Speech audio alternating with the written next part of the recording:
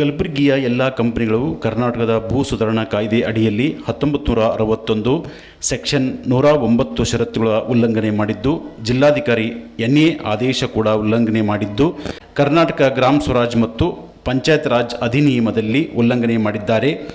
ಕಲಬುರಗಿ ಜಿಲ್ಲೆಯ ಸಿಮೆಂಟ್ ಕಂಪನಿಗಳು ಸರ್ಕಾರದ ಸುತ್ತೋಲೆಗಳು, ಆದೇಶಗಳು, ನಡವಳಿಕೆಗಳು ಮತ್ತು ಕಾಯ್ದೆ ಕಾನೂನುಗಳನ್ನು ಉಲ್ಲಂಘನೆ ಮಾಡಿದ್ದರಿಂದ ಕಂಪನಿಗಳ ಪರವಾನಿಗಳು, ರಿಯಾಯಿತಿಗಳು, ವಿನಾಯಿತಿಗಳು ಹಾಗೂ ಮಂಜೂರಿಗಳನ್ನು ರದ್ದುಪಡಿಸಿ ಸಿಮೆಂಟ್ ಕಂಪನಿಗಳು ಒಡೆದು ಹಾಕುವ ಕುರಿತು ಎಷ್ಟೇ ಪ್ರತಿಭಟನೆ ಮಾಡಿದರೂ ಯಾವುದೇ ಕವಡೆ ಕಾಸಿನ ಕಿಮ್ಮತ್ತು ಇಲ್ಲದೆ ಬೇಸತ್ತು ಹೋದ ಸಾಮಾಜಿಕ ಕಾರ್ಯಕರ್ತ ಅಶೋಕ್ ಕುಮಾರ್ ಅವರು ಇಂದು ದಿನಾಂಕ 27/4/26ರಂದು ಬೆಳಗ್ಗೆ 10 ಗಂಟೆಗೆ ಮಳಖೇಡ್ ಗ್ರಾಮದಿಂದ ಪಾದಯಾತ್ರೆ ಮೂಲಕ ಕಲಬುರಗಿಯ ಜಿಲ್ಲಾಧಿಕಾರಿ ಕಚೇರಿಯವರೆಗೆ ದಿನಾಂಕ 30ರಂದು ಕಲಬುರಗಿ ಜಿಲ್ಲಾಧಿಕಾರಿ ಕಚೇರಿಗೆ ಬಂದು ಬೀಗ ಹಾಕಿ ಮುಳ್ಳು ಹಚ್ಚಿ ಪ್ರತಿಭಟನೆ ಮಾಡುತ್ತೇನೆ ಎಂದು ಪಾದಯಾತ್ರೆಯಲ್ಲಿ ತಿಳಿಸಿದ್ದಾರೆ. ಅವರಿಗೆ ಹಿರಿಯ ಹೋರಾಟಗಾರರು ಸನ್ಮಾನ್ಯ ಶ್ರೀ SK ಕಾಂತಾ ಅವರು ಸೇರಿದಂತೆ ಕೆಲವು ಮಳಖೇಡ್ ಗ್ರಾಮಸ್ಥರು ಪಾದಯಾತ್ರೆಯಲ್ಲಿ ಪಾಲ್ಗೊಂಡಿದ್ದಾರೆ.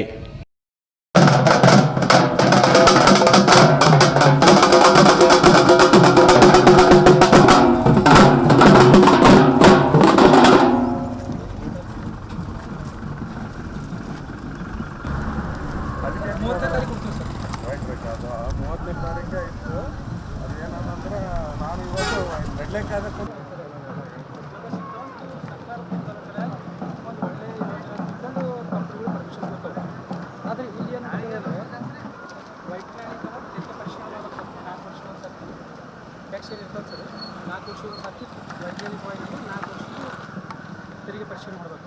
ಹಂಗೆ ಮಾಡಿದ್ರೆ ಮತ್ತೆ ರೇಟ್ ಹೆಚ್ಚಾಗ್ತದೆ ಸರ್. ಆಸ್ತಿ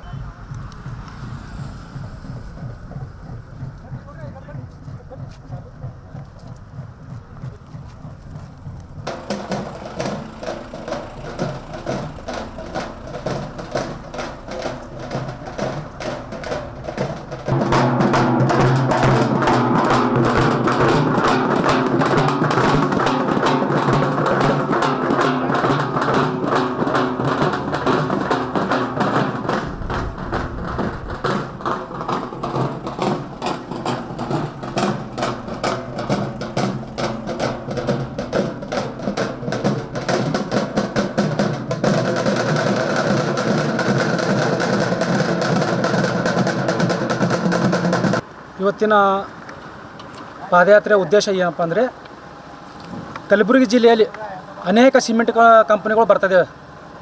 ಅವು ಯಾವುದೇ ಥರ ಕಾಯ್ದೆ ಕಾನೂನು ಪಾಲನೆ ಮಾಡ್ತಾಯಿಲ್ಲ, ಸರ್ಕಾರಿ ಆದೇಶಗಳು ಪಾಲನೆ ಮಾಡ್ತಾಯಿಲ್ಲ. ಜಿಲ್ಲಾಡಳಿತ ಮತ್ತು ಜಿಲ್ಲಾ ಪಂಚಾಯತು ಮತ್ತು ಸರ್ಕಾರಗಳು, ಹಿಂದಿನ ಸರ್ಕಾರಗಳಾಗಲಿ ಅಥವಾ ಈಗಿನ ಸರ್ಕಾರಗಳಾಗಲಿ ಯಾವುದೇ ಮುಂದಾಲೋಚನೆ ಇಲ್ಲದೆ ಮನಸ್ಸಿಗೆ ಬಂದಂಗೆ ಸಿಮೆಂಟ್ ಕಂಪನಿಗಳು ಪರ್ಮಿಷನ್ ಕೊಡ್ತಾಯಿದ್ದಾರೆ. ಆ ರೀತಿ ಅವೈಜ್ಞಾನಿಕವಾಗಿ ಕಂಪನಿಗಳು ಬರ್ತಾಯಿದ್ದಾವೆ ಮತ್ತು ಇಲ್ಲಿಯ ನೈಸರ್ಗಿಕ ಸಂಪತ್ತನ್ನು ಲೂಟಿ ಮಾಡ್ತಾಯಿದ್ದಾವೆ. ಆಗಲೇ 11 ಸಿಮೆಂಟ್ ಕಂಪನಿಗಳು ಕಲಬುರಗಿ ಜಿಲ್ಲೆಯಲ್ಲಿವೆ. ಅದರಲ್ಲಿ 3-4 ಕಂಪನಿಗಳು ಬಂದು ಬಿದ್ದಿವೆ. ಇನ್ನು ಉಳಿದಿವೆ ಏನಿವೆ ಲಾಸ್ ಅಂತ ಹೇಳ್ತಾ ಇದ್ದಾರೆ. ಅದು ಮೊನ್ನೆ ಇದಕ್ಕೆ ಹೋದಾಗ ಮೆಮೊರಂ ಕೊಡ್ಲಿಕ್ಕೆ ಹೋದಾಗ ಲಾಸ್ ಇವೆ, ಅದೇನು CSR ಚಟುವಟಿಕೆ ನಡೆಸೋದಿಲ್ಲ, ಎಲ್ಲ ಮಾಫ್ ಮಾಡಿದ್ದಾರೆ ಅಂತ ಹೇಳ್ತಾ ಇದ್ದಾರೆ. ಆದರೆ ಅದು ಯಾವುದೂ ಇಲ್ಲ. ಅವರು ಅನೇಕ ಸಿಮೆಂಟ್ ಕಂಪನಿಗಳು ಬರ್ತಾಯಿದ್ದಾವೆ ಮತ್ತು ಸಿಮೆಂಟ್ ಕಂಪನಿಗಳು ಏನೋ ತಮ್ಮ ಸಿಮೆಂಟ್ ಘಟಕಗಳು ಹೆಚ್ಚಿಗೆ ಮಾಡ್ಕೋತಾ ಇದ್ದಾವೆ, ಸಾಕಷ್ಟು ಲಾಭದಲ್ಲಿವೆ. ಹೀಗಾಗಿ ಇಲ್ಲಿಯ ಪಂಚಾಯತಿಗಳಾಗಲಿ ಸಾರ್ವಜನಿಕರಾಗಲಿ ಯಾವುದೇ ಉಪಯೋಗ ಇಲ್ಲ, CSR ಚಟುವಟಿಕೆ ಮಾಡ್ತಾಯಿಲ್ಲ. ಮತ್ತು ಸ್ವಲ್ಪ ಮಟ್ಟಿಗೆ ತೆರಿಗೆ ಸಂದಾಯ ಮಾಡಿ ಏನು ನಾವು ಪುಣ್ಯದ ಕೆಲಸ ಮಾಡ್ತಾಯಿದ್ದೀವಿ ಅಂತ ಹೇಳ್ತಾ ಇದ್ದಾರೆ ಅವರು. ಅದು ಆಗಲ್ಲ. 4 ವರ್ಷದಂತೆ ತೆರಿಗೆ ಪರಿಷ್ಕರಣೆ ಆಗಬೇಕು. 4 ವರ್ಷದಂತೆ ತೆರಿಗೆ ಪರಿಷ್ಕರಣೆ ಮಾಡಿದ್ರೆ ಸುಮಾರು ಏನಿಲ್ಲ ಅಂದರೆ ಒಂದೊಂದು ಕಂಪ್ನಿ ಸುಮಾರು ಏನಿಲ್ಲ ಅಂದರೆ 10 ಕೋಟಿ ಟ್ಯಾಕ್ಸ್ ಕಟ್ಟಬೇಕಾಗ್ತದೆ ಎಲ್ಲ ಸಿಮೆಂಟ್ ಕಂಪ್ನಿಗಳು. ಇವಾಗಲೇ ಉದಾಹರಣೆಗಾಗಿ ದೇವನಹಳ್ಳಿಯ ಅಂತಾರಾಷ್ಟ್ರೀಯ ವಿಮಾನ ನಿಲ್ದಾಣ ಏನಿದೆ ಅದು ಅಣ್ಣೇಶ್ವರ ಗ್ರಾಮ ಪಂಚಾಯತ್ ವ್ಯಾಪ್ತಿಯಲ್ಲಿ ಬರ್ತದೆ. ಅದು ಸುಮಾರು ಈಗಿನ 2025-26ರಲ್ಲಿ 12 ಕೋಟಿ ಟ್ಯಾಕ್ಸ್ ಕಟ್ತಾ ಇದ್ದಾರೆ ಪಂಚಾಯತಿಗೆ. 12 ಕೋಟಿ ಅಣ್ಣೇಶ್ವರ ಗ್ರಾಮ ಪಂಚಾಯತ್ ಅಂತ. ಮತ್ತು ಏನು ಕಡಗದಾಳು ಅಂತ ಬರ್ತದೆ ಮಡಿಕೇರಿ ಹತ್ತಿರ ಕಡಗದಾಳು ಗ್ರಾಮ ಪಂಚಾಯತಿ ವ್ಯಾಪ್ತಿಯಲ್ಲಿ ಇಬ್ನಿ ಸ್ಪಾ ರೆಸಾರ್ಟ್ ಅಂತಿದೆ. ಅದು 27 ಕೋಟಿದು ಪ್ರಾಜೆಕ್ಟ್ ಇದೆ. ಅದು ಯಾವುದೇ ಒಂದು ಎಣ್ಣೆ ಇಲ್ಲ, ಪಂಚಾಯತ್ ಪರ್ಮಿಷನ್ ಇಲ್ಲ, ಕಾಯ್ದೆ ಕಾನೂನು ಉಲ್ಲಂಘನೆ ಮಾಡಿದ್ರಿಂದ ಮತ್ತು ಸರ್ಕಾರಿ ಆದೇಶಗಳು ಉಲ್ಲಂಘನೆ ಮಾಡಿದ್ರಿಂದ ಸರ್ಕಾರ CAG ಆಡಿಟ್ ರಿಪೋರ್ಟ್ ಅಂತ ಹೇಳ್ತಾರೆ. ಅದು 3 ಪಟ್ಟು ದಂಡ ಹಾಕಿದ್ದಾರೆ. ಅಂದರೆ ನಿಯರ್ 30 ಕೋಟಿ ಅಂದರೆ 90 ಕೋಟಿ ದಂಡ ಹಾಕಿದ್ದಾರೆ 3 ಪಟ್ಟು. ಹಾಗಾಗಿ ಇಲ್ಲಿ ಎಲ್ಲ ಸಿಮೆಂಟ್ ಕಂಪನಿಗಳು ಕರ್ನಾಟಕ ಭೂ ಸುಧಾರಣೆ ಕಾಯ್ದೆ 1961 ಸೆಕ್ಷನ್ 109 ಅದರ ಏನು ಷರತ್ತುಗಳು ವಿಧಿಸ್ತಿರ್ತಾರೆ, ಅಧಿಸೂಚನೆ ಷರತ್ತುಗಳು, ಆ ಷರತ್ತುಗಳು ಉಲ್ಲಂಘನೆ ಮಾಡಿದರೆ ಮತ್ತು ಮಾನ್ಯ ಜಿಲ್ಲಾಧಿಕಾರಿಗಳು ಏನು ಎನ್ಎ ಆದೇಶ ಮಾಡಿರ್ತಾರೆ, ಆ ಎನ್ಎ ಆದೇಶ ಉಲ್ಲಂಘನೆ ಮಾಡಿರ್ತಾರೆ. ಮತ್ತು ಕರ್ನಾಟಕ ಗ್ರಾಮ ಸ್ವರಾಜ್ ಮತ್ತು ಪಂಚಾಯತ್ ರಾಜ್ ಅಧಿನಿಯಮ 1993 ಸೆಕ್ಷನ್ 64, 66, 202 ಉಲ್ಲಂಘನೆ ಮಾಡಿರ್ತಾರೆ. 64 ಏನು ಹೇಳ್ತದೆ ಅಂದರೆ, ಯಾವುದೇ ಒಂದು ಕಟ್ಟಡ ಕಟ್ಟಬೇಕಾದ್ರೆ ಕಂಪಲ್ಸರಿ ಲೋಕಲ್ ಅಥಾರಿಟಿ ಅಂದರೆ ಗ್ರಾಮ ಪಂಚಾಯತಿ ವ್ಯಾಪ್ತಿಯಲ್ಲಿದ್ದರೆ ಗ್ರಾಮ ಪಂಚಾಯತಿ, ಪಟ್ಟಣ ಪಂಚಾಯತಿ ವ್ಯಾಪ್ತಿಯಲ್ಲಿದ್ದರೆ ಪಟ್ಟಣ ಪಂಚಾಯತಿ ಮತ್ತು ನಗರಸಭೆ ಆದರೆ ನಗರಸಭೆ, ಪುರಸಭೆ ಆದರೆ ಪುರಸಭೆ, ಈ ವ್ಯಾಪ್ತಿಯಲ್ಲಿ ಯಾರಿರ್ತಾರೆ ಅಲ್ಲಿ ಲೋಕಲ್ ಬಾಡಿ ಕಂಪಲ್ಸರಿ ಪರ್ಮಿಷನ್ ಪಡಿಲೇಬೇಕು. ಮತ್ತು ಅದಕ್ಕೂ ಲೈಸೆನ್ಸ್ ಫೀ ಸಂದೇಹ ಮಾಡಬೇಕು ಮತ್ತು ಯಂತ್ರೋಪಕರಣ ಸ್ಥಾಪನೆ ಲೈಸೆನ್ಸ್ ಪಡಿಬೇಕು. ಹೀಗಾಗಿ ಇದು ಯಾವುದೋ ಸಿಮೆಂಟ್ ಕಂಪ್ನಿಗಳು ಇವತ್ತಿನ ತನಕ 15 ವರ್ಷದ ನಾನು RTI ಹಾಕಿ ನಾನು ನೋಡಿದ್ದೀನಿ. ಕಲಬುರಗಿ ಜಿಲ್ಲೆಯ ಎಲ್ಲ ಸಿಮೆಂಟ್ ಕಂಪ್ನಿಗಳು ಯಾವುದೇ ಕಟ್ಟಡ ಪರವಾನಗಿ ಪಡೆದಿರೋದಿಲ್ಲ. ಒಂದು ವೇಳೆ ಕಟ್ಟಡ ಪಡಲಾರದೆ ನಿರ್ಮಾಣ ಮಾಡಿದ್ದಾರೆ ಅಂದರೆ ಅದ್ರದ್ದು 3 ಪಟ್ಟು ಮೂಲ ಬಂಡವಾಳದ 3 ಪಟ್ಟು ದಂಡ ವಿಧಿಸಬೇಕಾಗ್ತದೆ. ಸುಮಾರು ಏನಿಲ್ಲ 3 ತಿಂಗಳ ನಂತರ 30,000 ಮಂದಿಗೆ ತೊಗೊಂಡು ಹೋಗಿ ಚಾವಿ ಹಾಕ್ತೀನಿ. ನಾನು ಈ ಮೂಲಕ ನಾನು ಈ ಮಾಧ್ಯಮದ ಮೂಲಕ ನಾನು ಹೇಳಕ್ಕೆ ಇಷ್ಟಪಡ್ತೀನಿ. ಮುಳ್ಳು ಹಚ್ತೀನಿ, ಹೋಗ್ತೀನಿ, ಮುಳ್ಳು ಕಡ್ದಿಟ್ಟಿದ್ದೇವೆ ನಾವು ಜಿಲ್ಲಾಡಳಿತ ಕಚೇರಿಗೆ ಬೀಗ ಜಡ್ದು ಬಾರಿ ಮುಳ್ಳು, ಖಾರಿ ಮುಳ್ಳು, ಜಾಲಿ ಮುಳ್ಳು ಮತ್ತು ಆಲಿಲ್ಲ ಅಂದ್ರೆ ಹಿಂಗಿನ ಗಿಡ ಜಡಿತೀನಿ ನಾನು 3 ತಿಂಗಳ ನಂತರ. ಹಿಂಗಿನ ಅಂತಾರೆ ಅಂದ್ರೆ ಅಂಟಿನ ಗಿಡ ಅದ್ರದ್ದು ಬರಿಬೇಕಾತ. ಜಿಲ್ಲಾಡಳಿತ ಎಚ್ಚೆತ್ತುಕೊಳ್ಬೇಕು. ಇಲ್ಲಿದೇನು CSR ಚಟುವಟಿಕೆ ಆಗಲಿ ಅದ್ರ ಬಗ್ಗೆ ನಿಗಾ ಇಲ್ಲ. ಮತ್ತು ಕರ್ನಾಟಕ ಭೂ ಸುಧಾರಣೆ ಮತ್ತು ಕರ್ನಾಟಕ ಭೂ ಕಂದಾಯ ಮತ್ತು ನಗರ ಮತ್ತು ಗ್ರಾಮಾಂತರ ಯೋಜನಾ ಕಾಯ್ದೆ ಮತ್ತು ಇನ್ನಿತರ ಹಲವು ಕಾಯ್ದೆ ಕಾನೂನುಗಳು ಯಾವುದು ಪಾಲನೆ ಮಾಡ್ತಾಯಿಲ್ಲ. ನಾನು ಅಲ್ಲಿ ಬರೋರಿಗೆ ಜಿಲ್ಲಾಡಳಿತ ಕಚೇರಿ ಬರೋರಿಗೆ ಒಂದು ವರದಿ ತರಿಸೋದು ನನ್ನ ಕೈ ಕೊಡಬೇಕು, ಇಲ್ಲ ಇದು ಪ್ರಸ್ತಾವನೆ ಸರ್ಕಾರಕ್ಕೆ ಸಲ್ಲಿಸಬೇಕಂತ ತಮ್ಮ ಮಾಧ್ಯಮ ಮೂಲಕ ವಿನಂತಿ ಮಾಡ್ಕೊಳ್ತೀನಿ. ನಾನು ಅಶೋಕ್ ಕುಮಾರ್ ಶೀಲವಂತ್ ಅಂತ RTI ಆಕ್ಟಿವಿಸ್ಟು ಮತ್ತು ಸಾಮಾಜಿಕ ಕಾರ್ಯಕರ್ತರು. ಈ ವ್ಯವಸ್ಥೆ ವಿರುದ್ಧ ಇದು ಹೋರಾಟ ಇದೆ. ನಮ್ಮ ದೇಶ ಜನರಿಗಾಗಿಲ್ಲ, ಒಂದು ಬಂಡವಾಳಶಾಹಿ ಜನರ ಹಿತ ಕಾಪಾಡಲಿಕ್ಕೆ ಇವರು ಅನುಕೂಲ ಮಾಡಿಕೊಡ್ಲಿಕ್ಕೆ ಸರ್ಕಾರ ಆಗಲಿ ಶಾಸಕರು, ಮಂತ್ರಿಗಳು, ಅಧಿಕಾರಿಗಳು ಸಂಪೂರ್ಣ ಅವರಿಗೆ ಕಾನೂನು ಬಾಹಿರವಾಗಿ ಬೆಂಬಲ ಕೊಡ್ತಾ ಇದ್ದಾರೆ. ಇದು ದೊಡ್ಡ ಪೊಲ್ಯೂಷನ್. ಇದು ಎಷ್ಟೋ ಹಳ್ಳಿಗಳ ಮೇಲೆ ಧೂಳು ಬೀಳ್ತದೆ. ಇಂಥ ಫ್ಯಾಕ್ಟ್ರಿಗಳು ಇಲ್ಲಿ ಬರೇಬಾರ್ದು. ಒಂದು ಫ್ಯಾಕ್ಟ್ರಿ ಹಾಕಿದ್ರೆ ಸುತ್ತಮುತ್ತ ಇಷ್ಟು ಕಿಲೋಮೀಟರ್ ದೂರದಿಂದ ಮತ್ತೆ ಬೇರೆ ಕಡೆ ಹಾಕಬೇಕು ಅಂತ ಕಾನೂನು ಇದ್ದರೂ ಕೂಡ ಇವರು ಕಾನೂನು ಬಾಹಿರವಾಗಿ ಇಲ್ಲಿ ರಾಜಕಾರಣಿಗಳು, ಜಿಲ್ಲಾ ಆಡಳಿತ ಮತ್ತು ಅಧಿಕಾರಿಗಳು ಕೂಡ ಈ ಇದರಲ್ಲಿ ಶಾಮೀಲಾಗಿದ್ದಾರೆ. ಮತ್ತು ಇದು ಎಲ್ಲ ಜನರ ಹಣನ ಲೂಟ್ ಮಾಡಿ ಇಲ್ಲಿ ಜನರಿಗೆ ಈಗ ಪಾಪ ಬಡ ರೈತರು ಅವರು ಕಂಗಾಲಾಗಿದ್ದಾರೆ. ಯಾಕಂದರೆ ಅಲ್ಲಿ ಇದು ಹೊಲನೂ ಕೂಡ ಒಂದು ಕಾರ್ಖಾನೆ. ನಂಜುಂಡಸ್ವಾಮಿ ಹೇಳ್ತಾರೆ, ಟಿಕಾಯತ್ ಅವರು ಹೇಳ್ತಾರೆ, ಹೊಲ ಅದು ಒಂದು ಕಾರ್ಖಾನೆ. ಅಲ್ಲಿ ಉತ್ಪಾದನೆ ಆಗ್ತದೆ. ಕಬ್ಬು ಬೆಳೀತಾರೆ, ಇದು ಬೆಳೀತಾರೆ, ತೊಗರಿ ಬೆಳೀತಾರೆ, ಜೋಳ ಬೆಳೀತಾರೆ.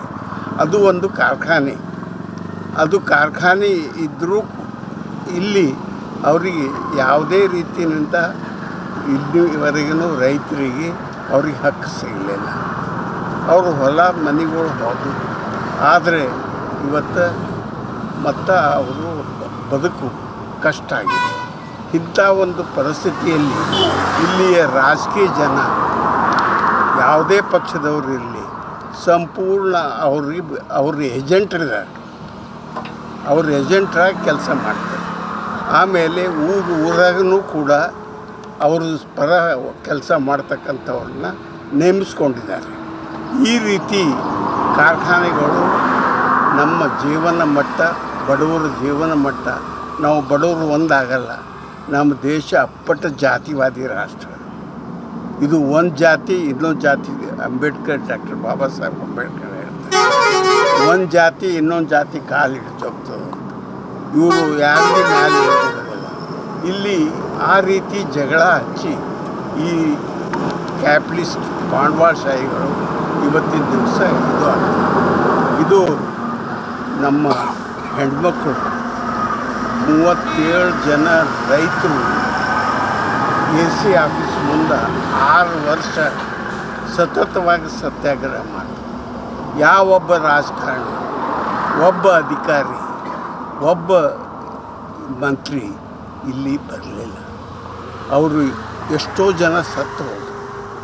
ಹೆಣ್ಮಕ್ಳು, ರೈತ ಹೆಣ್ಮಕ್ಳು ಸತ್ತು ಹೋದರು, ಗಂಡಸು ಮಕ್ಕಳು ಸತ್ತು ಹೋದರು. 6 ವರ್ಷ ಕೂತಿದ್ವಿ ಅಲ್ಲಿ. ಇಲ್ಲಿ ಇದು ಸರ್ಕಾರ, ಇದು ರಾಜಕೀಯ ಜೀವನ ಚರಿತ್ರೆ, ಇದು ವ್ಯವಸ್ಥೆನ ಇವತ್ತು ಯಾವುದೇ ಇರಲಿ ಚಳವಳಿ ಬೇಕೇ ಬೇಕು. ಚಳವಳಿ ಇಲ್ಲದೇ ನಮ್ಮ ಹಕ್ಕಿದೆ.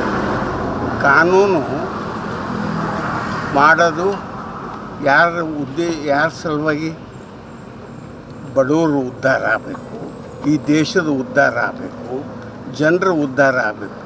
ಇಲ್ಲಿ ಕಾನೂನುಗಳು ಹೆಚ್ಚು ಕಡಿಮೆ ಮಾಲಕರಿಗೆ, ಕ್ಯಾಪಿಟಲಿಸ್ಟ್ಗಳಿಗೆ, ಬಂಡವಾಳಶಾಹಿಗಳಿಗೆ ಇಲ್ಲಿ ಉಪಯೋಗ ಆಗ್ತದೆ. ಇಲ್ಲಿ ಹಳ್ಳಿ ಜನರಿಗೂ ಅವರು ಬೇರೆ ಬೇರೆ ರೀತಿಯಿಂದ ಹಿಡ್ಕೊಂಡು ಕುಂತಿರ್ತಾರೆ. ಈ ರೀತಿ ಇರೋದ್ರಿಂದ